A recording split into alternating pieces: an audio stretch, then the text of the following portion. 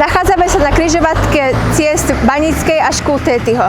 Dospelí a pamätníci si určite pamätajú pamätník oslobodenia odhalený 6. mája 1975 pri príležitosti osláv oslobodenia a ukončenia vojny. Na mieste dnešnej stredovej tabule bola umiestnená pamätná tabuľa s menami osloboditeľov. Vojenský tank T-34 bol v roku 1993 na žiadosť obyvateľov odstránený. 9. septembra 2005 bol za rozvoj baníctva v okrese a na pamiatku baníkom na postavec umiestnený banícky kombajn.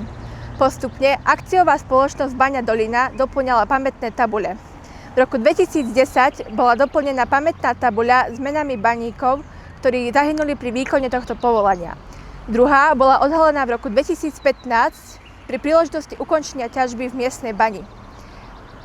Na tejto tabuli sa píše: Zdar Boh, pri príležitosti ukončenia ťažby hnedého uhlia v regióne Veľký Krtíš. Ťažba hnedého uhlia v regióne Veľký Krtíš prebiehala od roku 1947 do roku 2015.